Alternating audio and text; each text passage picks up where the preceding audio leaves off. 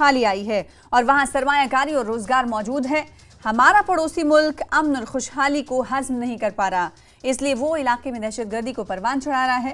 उन्होंने कहा कि सिक्योरिटी फोर्सेज इस सिलसिले में सख्त कार्रवाइयां कर रही हैं और आप देखेंगे कि आने वाले दिनों में इस पर कंट्रोल हो जाएगा। शुमाली सरहदी इलाका हसास है। उन्होंने कहा कि और हमने 2023 को सिफर दरअंदाजी का साल करार दिया है, यानी 2023 में लाइन ऑफ कंट्रोल से कोई दरअंदाजी नहीं हुई।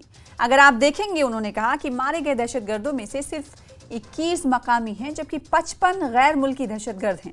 उन्होंने कहा कि हम दुश्मन मुखालिफ अनासिर के खिलाफ सख्त कार्रवाई कर रहे हैं। इन बातों का इजहार इन्होंने श्रीनगर में GOC northern commandant Upendra Dwivedi ने जैकलाई सेंटर रेग्रेट साबिक फौजियों के दिन के तकरीब में शिरकत के दौरान किया।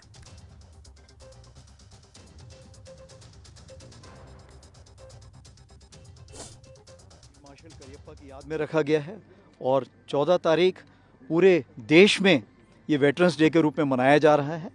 और इसमें कुछ जगहें ऐसी चुनी जाती हैं पर कमांड, जिसमें कि आर्मी कमांडर साहब या हमारे चीफ साहब, CDS साहब और रक्षा मंत्री जाते हैं। तो इसलिए पूरे जम्मू कश्मीर में आज श्रीनगर का चुनाव हुआ है, जहां पर हम आके सारे वेटरन्स से मिलेंगे, उनके हालचाल के बारे में जानेंगे। और मैं फॉरवर्ड एरिया में जाता रहा हूं, लोगों से मिलता रहा हूं, लेकिन यहाँ पे सबसे एक साथ मिलना और जितने आपने स्टॉल यहाँ पर देखे हैं जहाँ पर वो अपनी परेशानियों का सॉल्यूशन ढूंढ सकते हैं, वो सब एक ही छत के नीचे होना बहुत महत्वपूर्ण बात है।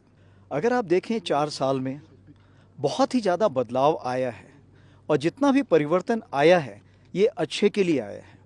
चाहे वो इंफ्रास्ट्रक्चर डेवलपमेंट हो या जो पैसे का इन्वेस्टमेंट है जम्मू कश्मीर में, या उसी प्रकार से जो टूरिज़्म का इनफ्लो है वो बहुत बड़ा है।